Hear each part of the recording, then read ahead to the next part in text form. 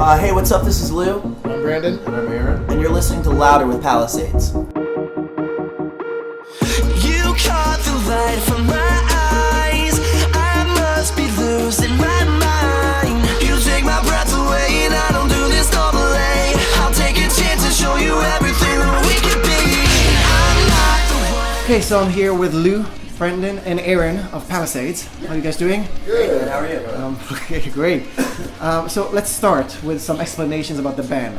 So the new album has, I'm guessing, your name in Japanese on it? Yeah. Why? You're not Japanese. No, we're not.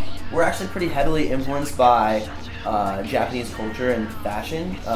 We're a very fashion-forward band, and we kind of take a lot of our influences from the stuff that they wear and style-wise. And we thought, especially in fashion, like the whole Japanese thing, you see it on a lot of shirts nowadays. We were one of the first bands to bring streetwear kind of style over into our music genre. So we thought, like, why not? It looked really cool in Japanese. We're like, hey, why not kind of make that like our logo? So, More explanations. You usually wear jerseys on stage. Yeah. And you have numbers. yeah.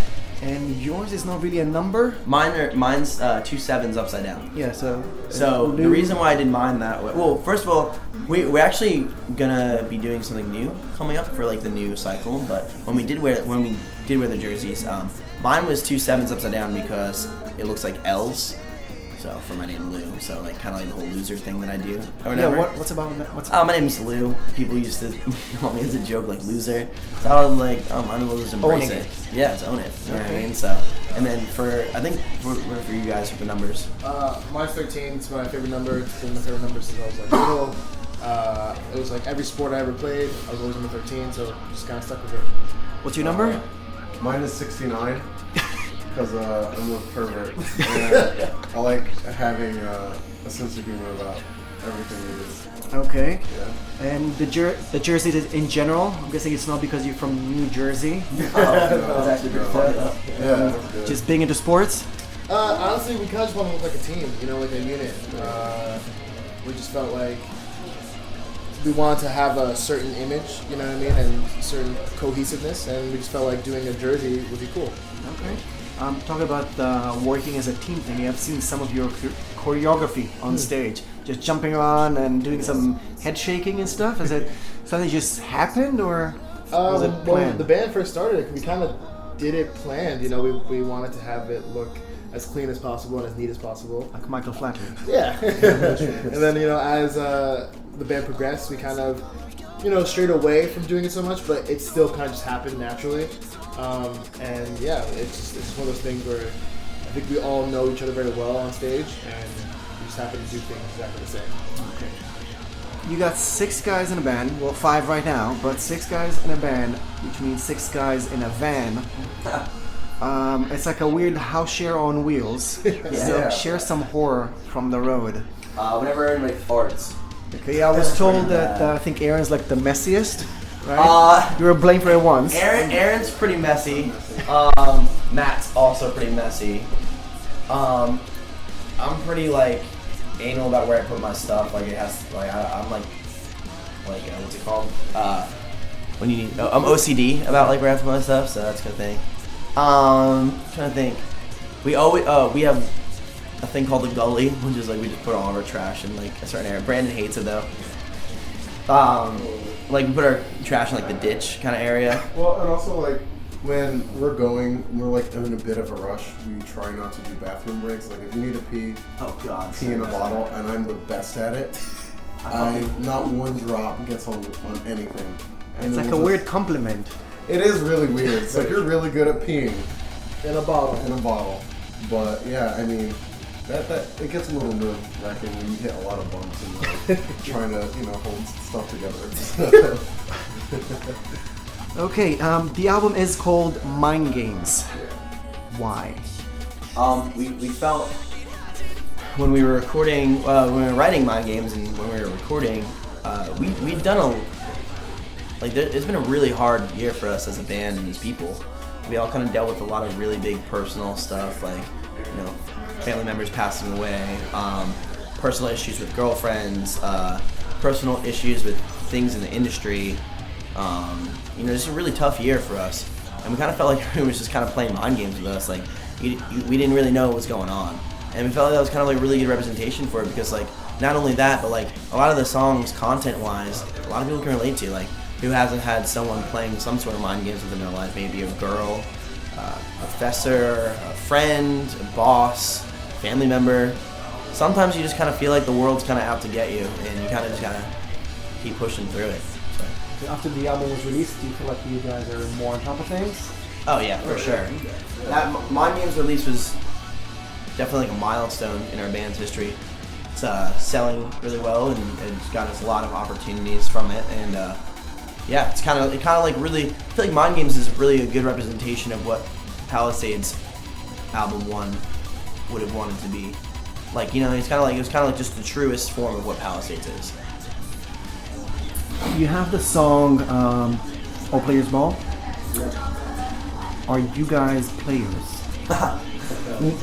Okay, we gotta describe the fact that you're all smiling in a guilty way. Well, So Aaron's got a girlfriend. I have a girlfriend. that doesn't mean he's not a player. No, he's not. He's a good guy. I'm a good drummer, which is a Yeah. player. He's a and great that's- player on the drums. No, It was smooth though. It was very smooth. Okay. Brandon and I are single. I'm not a player. I'm not a player either, but There's a difference between being a player and playing the field for options and talking. yeah. It's not like you're committed to one girl and also talking to a bunch of other girls. You guys are single, and if you want to talk to whoever you want and date around, that's not necessarily being a player. Yeah, it's just exactly. being dateable. Spoken like a true player. So, in the band, who's the good guy that always finishes last? Matt Marshall. Matt's got the biggest heart in the world. Yeah, that's a great guy, and some people take advantage of how good and gracious he is, you know? So I'd have to say, unfortunately. Okay, are you helping him? Oh yeah, that's our brother, man. Yeah, Like he's our ride or We're die always best at his friend. back, yeah. Okay, in the videos that you guys released, I feel like there's some sort of a mental change. Okay, you start off with beating up cops and Disclosure, and then you buried an old guy in Outcast, and now you're just watching girls make out at No Chaser. Yeah, the best way to describe that is we changed as a band and as people. You know what I mean? Like, in the beginning, first of all, the Disclosure video had nothing to do with the song. And I don't know if this is like, You know what it was too? It was a different time in the genre of music where things could be a little more serious and more a little open to interpretation as far as like, I don't know, like having something that necessarily, you can have videos that don't have to do anything with the song. Like there's plenty of videos that do that. But I think in that particular way, yeah, I think that that's what Disclosure was kind of like. Disclosure's video was kind of like, the song was about aliens to begin with, and then we kind of, but you can take it over, like Aaron said, open interpretation. So it could have been about the whole Occupy movement that was going on at the time or whatever. That's what the video was supposed to be about. And then with Outkast, we had no control over what that video was about. We don't really know what the video was about, honestly speaking. It was kind of just something that was just written up for us, and we're like, okay, cool, let's do it. I mean, it looked great, but we have no idea what the dude being married or the kid throwing the bottle was. We don't even know what that was about. We were kind of just like, okay, whatever. And then at that time with Outkast, we kind of were going for that. We were going for like a different vibe at the time. I feel like at that time we still didn't really know who we were. So we were kind of just trying to figure out, like, you know, like, obviously we're all hopeful people and we have a message with Palisades always, you know. And I think more about Mind Games is, it like, from Outkast and the EP, with I'm Not Dying Today, the message was very like, you know, we are the Outcast, blah, blah, blah. But we kind of took that same message and with Mind Games and kind of just took it as like, yo, be whoever you want to be. Like, we're all six different individuals with our own style, and, you know, we're viewed a different way because we don't look the same as other people, we don't dress the same way as other people. So now it's kind of just evolved. I think that's the best way to describe it. And now in music videos, like, we want to do things that relate to kids, like kids going to a party and wanting to go there. Making out. Yeah, girls making out. But like, yo, who hasn't been in a party where like there's two girls making out, or what the video is actually supposed to be about is like being at a party really seeing that one girl you want that whole time, and you just being too shy to talk to her, maybe having a little bit of extra liquid courage, and then finding out when you finally get the balls to go up and talk to her that some other beautiful man is going up and trying to take her from you.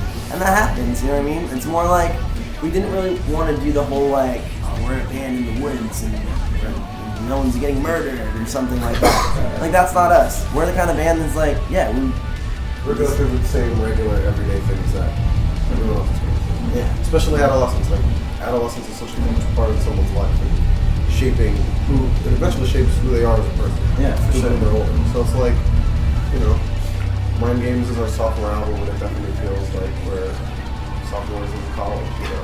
And even with the Mind Games music video, it's just hanging out with your friends on Fairfax or like whatever. There's just a montage of people doing stuff. We want to make kind of like a little bit more like relatable videos rather than dudes. Super obscure style. Yeah, like with like dripping paint or so, I don't know. But we're also really into like really weird stuff too, so I don't know. Just we want to be different and not. I'm intrigued and scared with the Perfect. follow-up question. Cool. Okay, but who fought for the girls making out scene? Whose idea was it? No one really fought for it. We all kind of just like, yo, let's have two girls make I out. honestly think the direction might have come up with it. I think it was me. I think it might have been you who brought it up, and then these two girls at the shoot just said, "Yeah, we'll do it," and it just happened. Yeah, they actually kind the of girls offered kind it. of offered it. And then We're like, yeah, sure, why not? We actually wanted to have like multiple people making out, but with the time, like we were gonna have like two girls, two guys, we wanted to make it something just very everything, like just open. yeah. We just wanted to make it open. Like I've seen that at a party before, you know what I mean? Like I don't know if it's different over here or not, but Yeah, I'm trying to figure out what kind of party you go to. yeah. Back in the States, house parties are super huge, and I hear that they're not very big over here. So no, usually people go out. Yeah, house parties are really big in the States, especially when you're younger. Like in high school and stuff like that. That's like because you can't go out to bars, so you get people to buy you like drinks. You and can drink when you're younger here. Whenever Yeah. you see an American movie, it's a little more tame or a little more over the top. Yeah. So it's like a nice medium. Good representation. Okay, so who finishes the night hugging a toilet out of the band members? Aaron Rosa, everybody, for sure. Yeah. 400,000% sure. Okay, so we're gonna finish this with a lighter tone. Favorite mid-show crowd interaction? Oh. That's ever happened?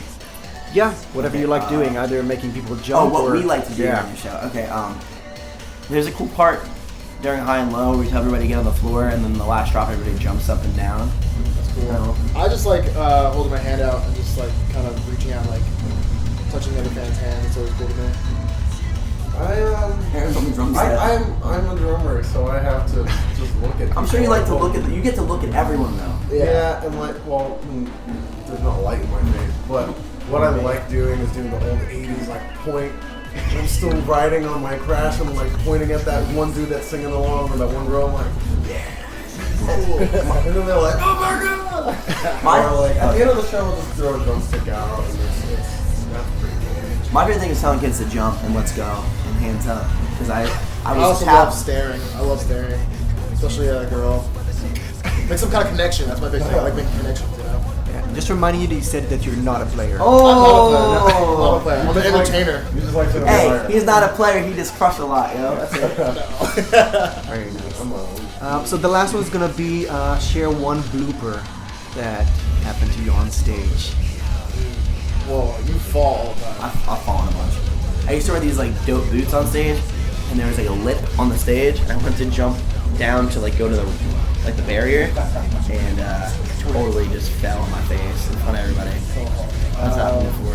For me, my bass strap was just popped off in the middle of the set, which was great. So I ran behind stage and just kept playing back there. I don't know if you do.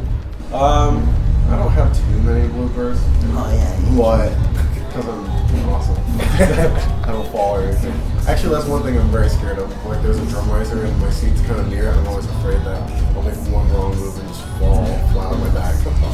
But the one blooper that I do have to say that I remember, we were playing at the Blue Moose in Iowa, and we were borrowing our guitar tech at the time, 8x. Oh my God, yes. And Okay. we're all jumping on stage, and the cabinet just starts rocking back and forth, and then all of a sudden it just falls, and our guitar tech runs over and literally just gets smashed by it. Yeah, like as it's falling, he runs over to catch it, and he just top was all over him, and it was. Like the first 3 rows of the crowd were like, I was scared. I didn't know what happened. Yeah, it was bad. I thought the bass cap had broken. It was yeah. bad. Oh, it was a terrible. So he spent the rest of the show holding the cabinet as we were all jumping. He could have got really hurt too. Yeah. God bless you, Connor. Miss you. Okay, so that was it. Thank you very much. Yeah, you're so welcome.